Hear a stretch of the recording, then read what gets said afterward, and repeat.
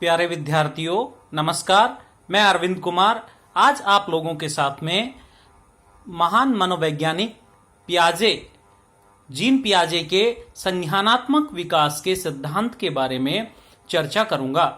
Gene पियाजे 1896 से 1980 एक प्रमुख स्विस मनोवैज्ञानिक थे, जिनका प्रशिक्षण जीव विज्ञान में हुआ था, अर्थात ये जैव विज्ञानी थे। वो अल्फ्रेड बिने एक मनोवैज्ञानिक हुए हैं जो उस समय बुद्धि परीक्षणों पर कार्य कर रहे थे, तो ये भी उनकी जो प्रयोगशाला थी उसमें कार्य कर रहे थे। उसी समय बुद्धि परीक्षणों के प्रयोग के दौरान ही स्विस मनोवैज्ञानिक जीन पियाजे ने अपने ये जो संज्ञानात्मक विकास के कार्य थे इन पर कार्य शुरू किया। यह अवधि, ये जो टाइम पीरियड ड्यूरेशन था 1922 से 1923 के बीच में था। इन्होंने 1923 से 1932 के बीच अपने शोध कार्यों के द्वारा तकरीबन 5 पुस्तकें निकाली, प्रकाशित की, जिसके अंतर्गत इन्होंने अपना ये संज्ञानात्मक विकास का जो सिद्धांत है ये प्रतिपादित किया। पियाजे के अनुसार बालकों में वास्तविकता के स्वरूप के बारे में चिंतन करने तथा उसे खोज करने की शक्ति न तो बालकों के परिपक्वता स्तर पर और न सिर्फ उनके अनुभवों पर निर्भर करता है, बल्कि इन दोनों की अंतःक्रिया जो होती है उसके द्वारा निर्धारित होती है। स्पष्टतः संज्ञानात्मक विकास की व्याख्या में पियाजे ने जो विचार व्यक्त किए वो एक अंतःक्रियावादी विचारधारा के उदाहरण हैं।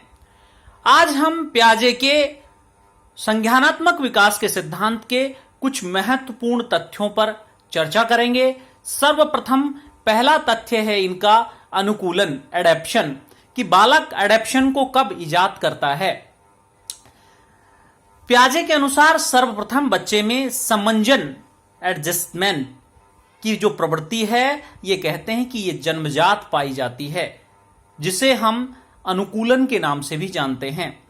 अनुकूलन को 2 उपक्रियाओं में माननीय पियाजे ने बांटा है। पहली है आत्मसातीकरण, दूसरी है समायोजन। वैसे तो ये दोनों ही स्वयं वातावरण की वस्तुओं के बारे में सूचना प्राप्त करने की मूल योजनाएं हैं। आत्मसातीकरण एक ऐसी प्रक्रिया है जिसमें बालक समस्या के समाधान करने के लिए, वास्तविकता से समंजन करने के लिए पूर्व सीखी गई योजनाओं एवं मानसिक प्रक्रियाओं का सहारा लेता है। जैसे बच्चा किसी चीज को उठा करके उदाहरण स्वरूप अपने मुंह में रख लेता है, तो यह उसका आत्मसातीकरण है, क्योंकि वह वस्तु को एक परिचित क्रिया अर्थात खाने की प्रक्रिया के रूप में आत्मसात कर रहा है। कभी कभी ऐसा भी होता है कि वास्तविकता से समंजन करने में पहले की परिचित योजना या मानसिक प्रक्रिया के साथ आत्मसातीकरण कर रहा है। दूसरा है इसी का साम्य धारण, जिसे हम इक्विलिब्रेशन के नाम से जानते हैं। साम्य धारण का संप्रत्यय अनुकूलन के संप्रत्यय से मिलता जुलता है। साम्य धारण एक ऐसी प्रक्रिया मानी जाती है जिसके द्वारा बालक आत्मसातीकरण तथा समायोजन की प्रक्रिया के बीच, दोनों में आत्मसातीकरण और समायोजन की प्रक्रिया के बीच एक बैलेंस कायम करता है, एक संतुलन बनाता है। साम्य धारण की जो प्रक्रिया है एक तरह की बच्चे की सेल्फ कंट्रोलिंग की प्रक्रिया है। दूसरा महत्वपूर्ण तथ्य पियाजे के सिद्धांत का है संरक्षण, कंजर्वेशन। संरक्षण से यहां तात्पर्य वातावरण में परिवर्तन तथा स्थिरता दोनों को पहचानने एवं समझने की क्षमता बच्चे के अंतर्गत रूप रंग में परिवर्तन को उस वस्तु के तत्व में परिवर्तन से अलग करने की क्षमता से होता है। तीसरा है संज्ञानात्मक संरचना, कॉग्निटिव स्ट्रक्चर। जब बालक का मानसिक संगठन या मानसिक क्षमताओं के सेट को संज्ञानात्मक संरचना कहा जाता है, किसी बालक के मानसिक संगठन या क्षमताओं को ही संज्ञानात्मक संरचना के नाम से जाना जाता है। अगला है मेंटल ऑपरेशंस, मानसिक संक्रियाएं। जब किसी बालक समस्या के समाधान पर चिंतन करता है, वह मानसिक संक्रिया करते वक्त यह समझ जाता है। पियाजे के सिद्धांत में मानसिक संक्रिया चिंतन का एक प्रमुख साधन है। संज्ञानात्मक संरचना की संक्रियता ही मानसिक संक्रिया के रूप में जानी जाती है। अगला जो इसका बहुत महत्वपूर्ण तथ्य है वो है स्कीम्स।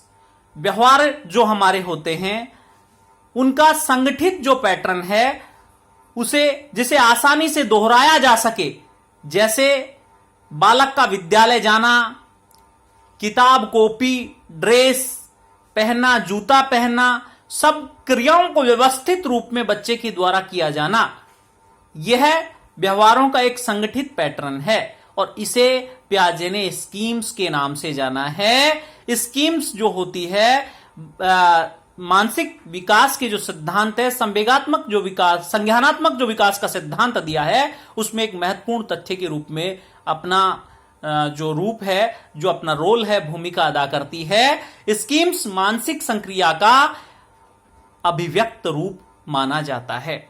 इसी से अगला पॉइंट है स्कीमा। स्कीमा सुनने में स्कीम से काफी मिलता जुलता है, परंतु ये उससे मिलता जुलता नहीं है, ये उससे भिन्न है। स्कीमा से यहां पियाजे का तात्पर्य है एक ऐसी मानसिक संरचना जिसको सामान्यीकृत किया जा सके, सामान्यीकरण किया जा सके। स्कीमा इस तरह से मानसिक संक्रियाओं तथा संज्ञानात्मक संरचना से काफी संबंधित संप्रत्यय माना जाता है। अगला महत्वपूर्ण तथ्य है विकेंद्रण, डिसेंटरिंग। विकेंद्रण से जो तात्पर्य किसी वस्तु या चीज के बारे में वस्तुनिष्ठ या वास्तविक ढंग से सोचने की जो क्षमता है उससे होता है। 3-4 माह का जब बच्चा है, 3 से 4 माह का बच्चा जब उम्र में है तो बालकों में ऐसी क्षमता नहीं होती है, बल्कि वह किसी वस्तु या चीज के बारे में आत्म केंद्रित ढंग से सोचता है। परंतु कुछ उम्र जब उसकी आगे बढ़ती है, जैसे वो 23 या 24 माह का जब होता है, तो उसमें वस्तु या चीज के बारे में वास्तविक चीज से, रूप से, ढंग से सोचने की क्षमता उसके अंतर्गत आ जाती है। अब हम जानते हैं पियाजे के द्वारा प्रमुख संज्ञानात्मक विकास की 4 अवस्थाएं दी गई हैं। पहली है इनके संज्ञानात्मक विकास के सिद्धांत की संवेदी पेशीय अवस्था, सेंसरी मोटर स्टेज। दूसरी है प्राक संक्रियात्मक अवस्था, प्री ऑपरेशनल स्टेज। तीसरी है ठोस संक्रिया की अवस्था, स्टेज ऑफ कॉन्क्रीट ऑपरेशन। अगली है औपचारिक संक्रिया की अवस्था, स्टेज ऑफ फॉर्मल ऑपरेशन। तो मित्रों, अब हम पहली के बारे में चर्चा करते हैं, सेंसरी मोटर स्टेज। ये इसकी अवधि जो है जन्म से 2 वर्ष तक बालक में पाई जाती है।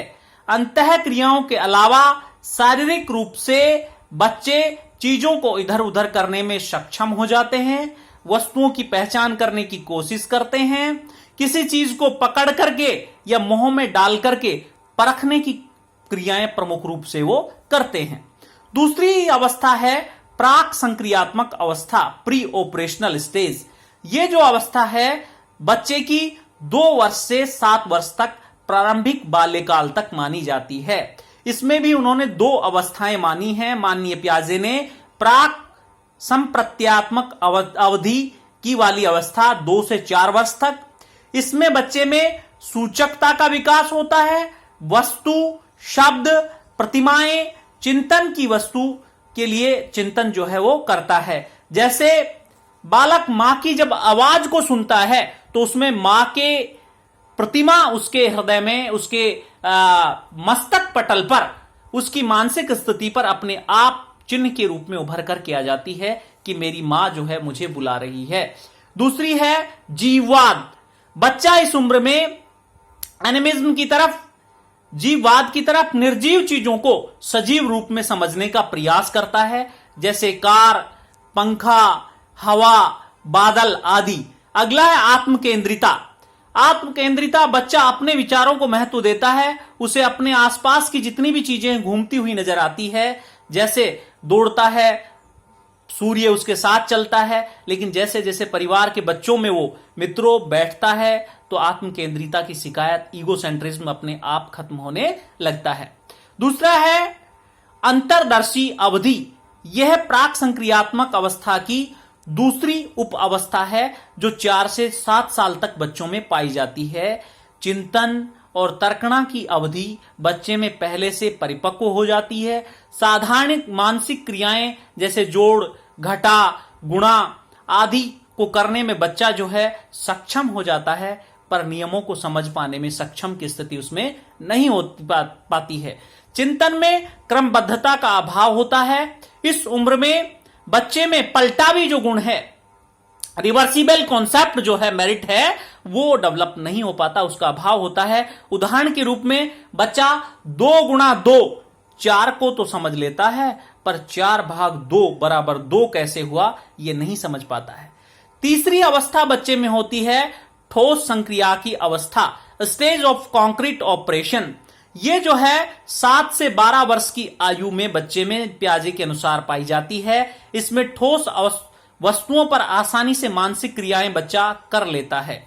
चिंतन एवं तर्कणा और समस्या समाधान की स्थितियां बच्चे में पूर्व अवस्थाओं से, मतलब जो दूसरी अवस्था है उसकी स्थिति से अच्छी मजबूत हो जाती है। 3 महत्वपूर्ण तथ्य जैसे संरक्षण, संबंध और वर्गीकरण, क्लासिफिकेशन, कंजर्वेशन, और दूसरा है कोरिलेशन। बालक तरल, लंबाई, भार तथा तत्व के संरक्षण से संबंधित समस्याओं का समाधान करने में सक्षम हो जाता है। सीक्वेंसनेस जो है उसमें विकसित हो जाती है, पंक्तिबद्धता उसमें विकसित हो जाती है। तो ये गुण उसकी तीसरी जो अवस्था है ठोस संक्रिया की अवस्था, उसमें विकसित बच्चे में, बालक में हो जाता है। अब अंतिम अवस्था बालक के विकास की है औपचारिक संक्रिया की अवस्था, स्टेज ऑफ फॉर्मल ऑपरेशन। मित्रों, ये बच्चे में 11 साल से वयस्कावस्था तक, एडल्टहुड तक मानी जाती है। किशोरों का चिंतन जो है इस अवस्था में बहुत फ्लेक्सिबल हो जाता है, प्रभावी हो जाता है। चिंतन में पूर्ण क्रमबद्धता आ जाती है। बच्चों में समाधान करने की योग्यता जो है किशोरों में वो बहुत अधिक हो जाती है। काल्पनिक चिंतन का इनमें विकास हो जाता है। चिंतन में वास्तविकता एवं वस्तुनिष्ठता आ जाती है और विकेंद्रीकरण पूर्ण रूप से विकसित हो जाता है। तो मित्रों, यह थी पियाजे के अनुसार संज्ञानात्मक विकास की 4 अवस्थाएं। धन्यवाद।